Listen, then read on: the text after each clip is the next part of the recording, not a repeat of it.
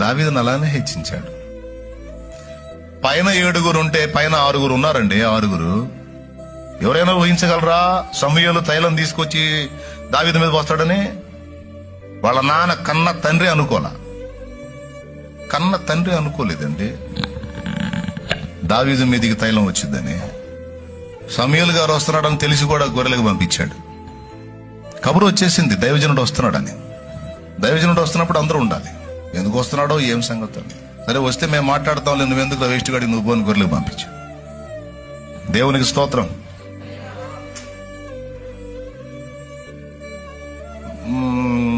ఆరుగురు ఉన్నారు.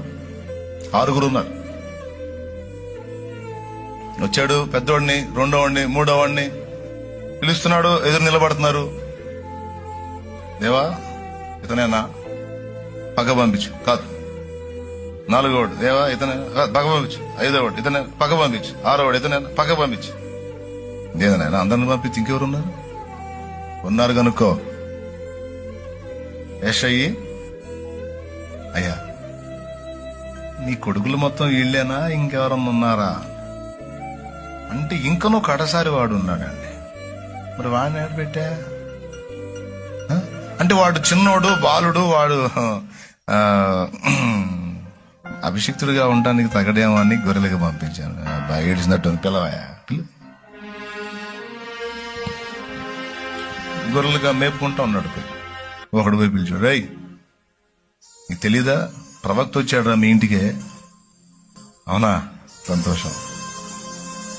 మీ ఇంటికి వచ్చాడని చెప్పడానికి నేను వచ్చింది, నిన్ను రమ్మంటున్నాడంట అన్నా. అన్నెందుకు? మా నాన్న లేకపోతే ప్రవక్తనా? ప్రవక్త మీ నాన్నగా చెప్పాడంట, మీ నాన్న నేను తీసుకొని రమ్మన్నాడు తొందరగా. నన్ను ఎందుకబ్బా, మనకేం తెలుసు కదా. ముందు వెళ్ళాడు. అమాయకంగా నడుచుకుంటూ వస్తున్నాడు మధ్యలోకి. వాళ్ళంతా ఉండగానే దేవుడు మాట్లాడు, అద్దుగో నేను కోరుకున్నాడు వస్తున్నాడు. నేను కోరుకుని వాడితాడు. నేను కోరుకుని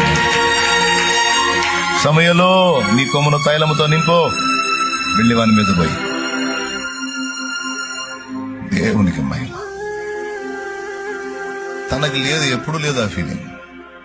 ఒక భక్తిపరుడుగా నేను దేవుడు, నేను దేవుడు, నా ప్రభు నేను, అంతే చాలు అనుకుని ఆయనలో ఆనందించడం వెతికిన దావీదు ఊహించాల. ఆయన దీనుల్ని పిలుస్తాడండి. నేను అయోగ్యుడిని, అనర్హుడిని, నేను ఏమాత్రం వాడిని అన్నోళ్ళని పిలుస్తాడు. ఆయన నిలబెట్టుకున్నాడు.